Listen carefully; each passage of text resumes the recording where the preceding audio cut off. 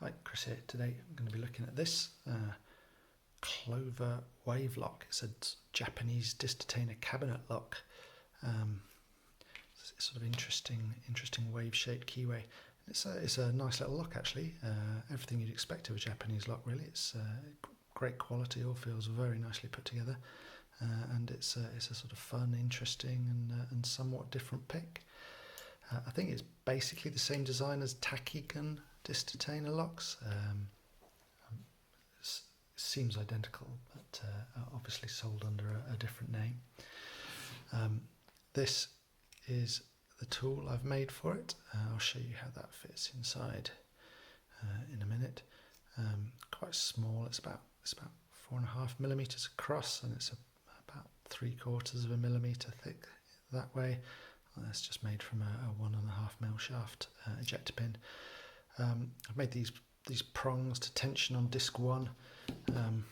This lock tensions off the first disc, off that high cut on the key.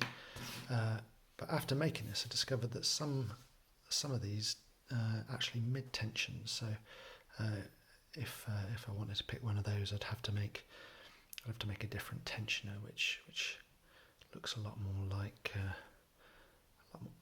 the picking tip, and swap over tip and tension in the middle of the lock somewhere probably. Okay, let's have a look inside. Okay, so here is the core of the lock. First sort of interesting thing to note about this is just how small it is. There we go, see it next to my tip of my little finger for comparison. We've got 9 discs in there in just slightly over a centimetre, I think it is. And everything is very small. The discs are, I think, 0.7 millimeters thick, and the spacer washer is just 0.2 millimeters. So normally, if you're making tooling for a detainer like this, you'd be looking at making the tip same thickness or near enough the same thickness as the spacers, but really didn't fancy that, going very thin indeed. The internal profile of the disc is interesting. You've got these steps, different steps on the internal profile, and the different heights of the key cuts go with the different steps to turn the discs clockwise. But any of those cuts will go with this side to turn them back anti-clockwise back to the lock position. So kind of cool. And that design actually gives you a window to work in without needing the thin tip. Just turn the top disc. I can show you. There, that's what it looks like, a sort of max min. So the tool I'm using, what it actually does is it goes onto that step there, and then you can drop into the next disc and turn back as needed. So I can just do it here. It's a little bit tricky outside the lock. There we go. So you can see it can navigate through like that. Another interesting feature, and you see here the corner of the spacer. The spacers have actually got some internal shape to them. If I just take the top disc off, you got that sort of bit sticking in from the corner. That's sort of gets in the way a little bit. You can see there, if I turn a disc, that spacer is now sort of catching the tip, and that's kind of annoying to navigate through to start with. But then when you get used to it, it's actually quite helpful, because you can use those spacers as a guide to make sure you properly position the tip as you go through.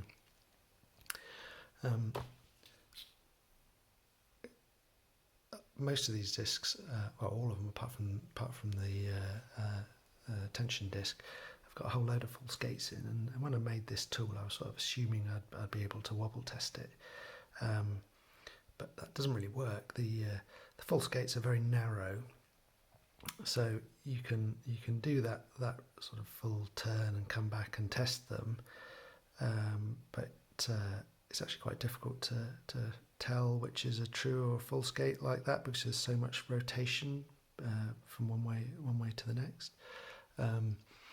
But what I have found is because the true gate's quite wide relative to the false gate, you can kind of turn it all the way one way and then just do a full sweep through, and the true gate does feel and sound quite different actually, once you've got everything in a gate. So you can't really wobble test it, so you pick it a bit like doing a one-way pick, but it's a sort of reversible one-way pick really. So overall not too bad once you've got used to it. Okay, into the pick. Okay, so here we are with the locking device. I've actually mounted it on its retaining nut just to provide a bit of clearance at the back. So the rotation stop doesn't clash with the device. You can see the key working completely normally. That's locked up now.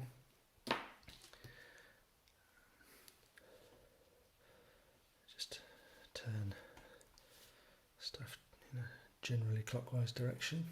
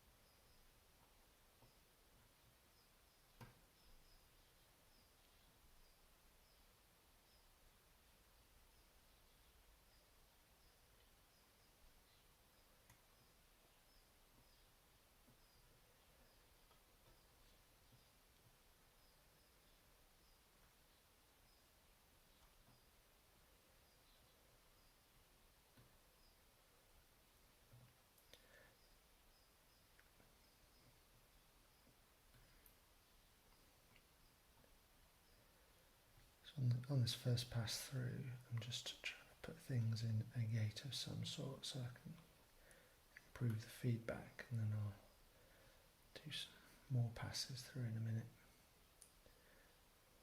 See if I can start finding true gates instead of just any old gate.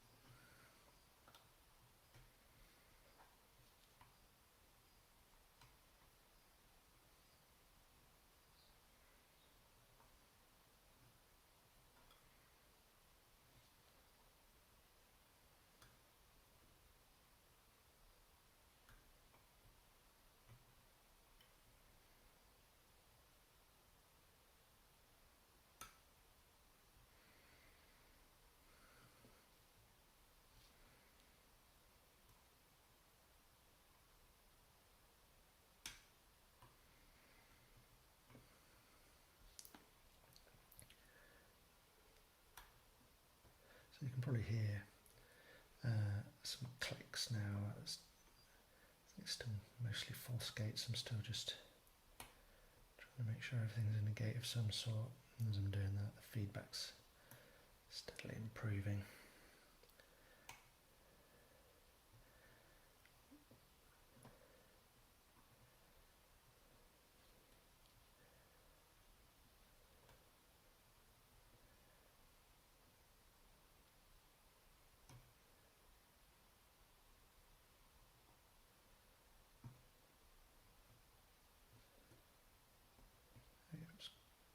Movement on the tension now, which suggests I've got most things in a gate of some sort.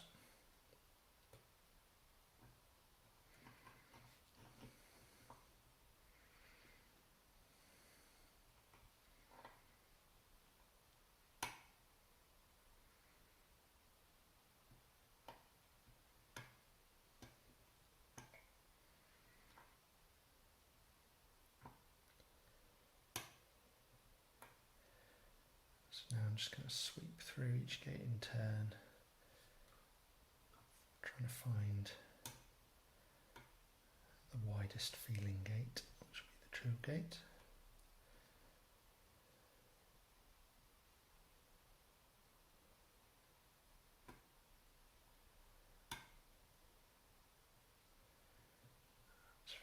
Feels good.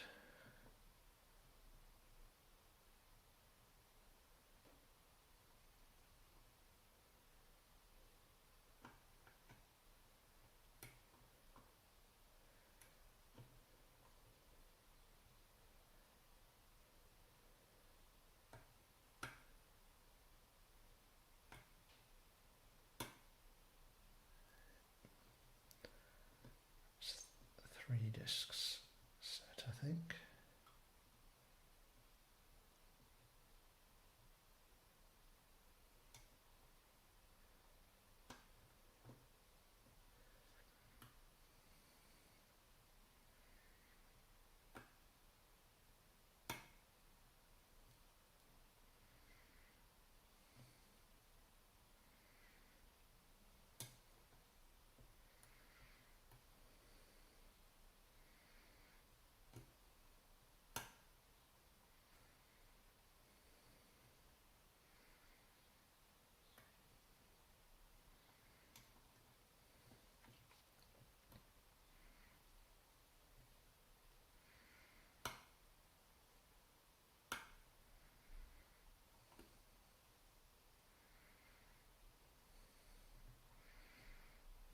First gate was the best one on that disc.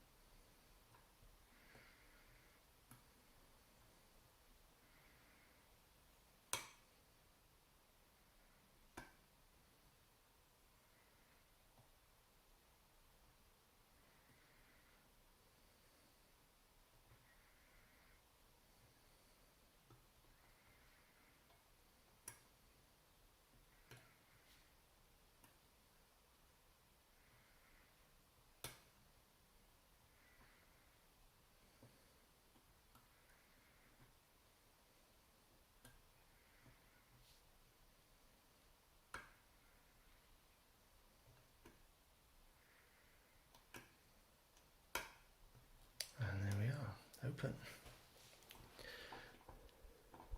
Hopefully you can see the back of that moving.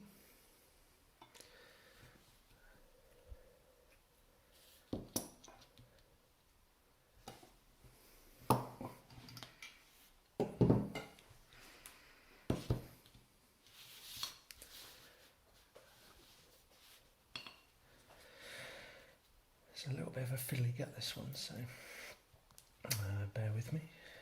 Just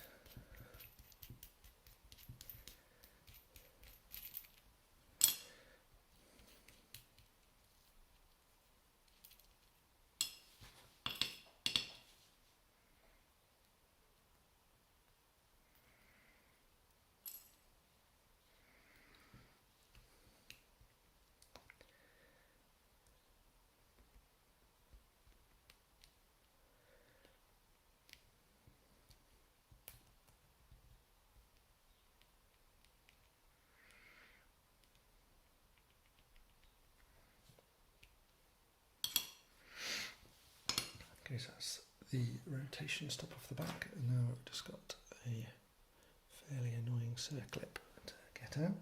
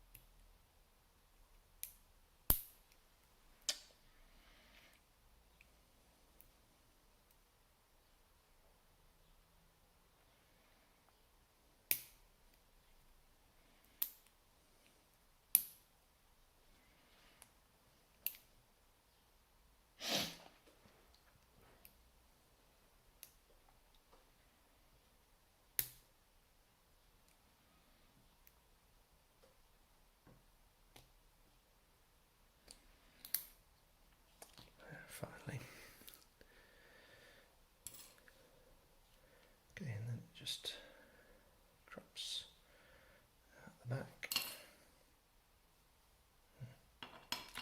Taken front spacer with it. Just a little springy disc on the back. Okay, it didn't lock that up again, so you can see there, see the sidebar sitting down in all the discs.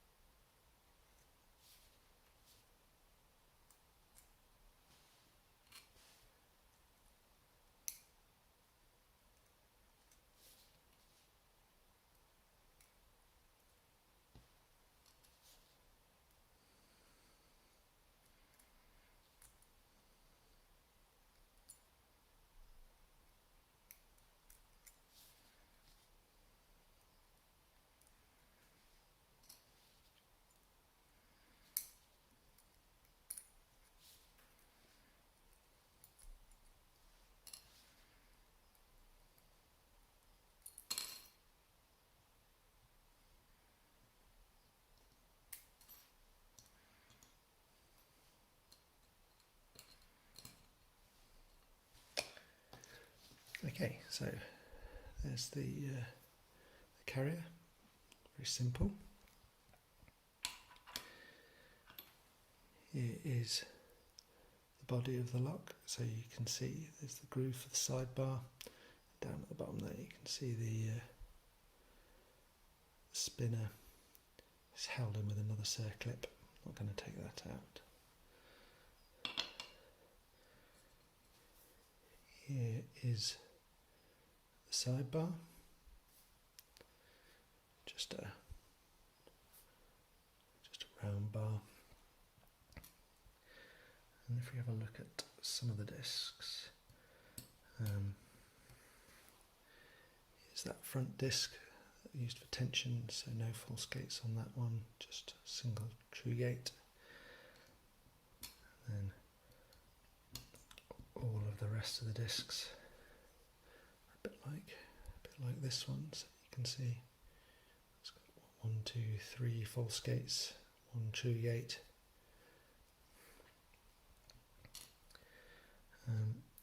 Got a special spacer at the front. All of the other spacers look like that. If I just bring this lot up to the camera for a closer look.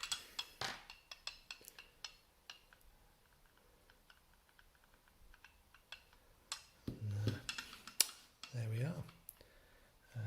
Clover Wavelock 9-disc detainer, picked and gutted.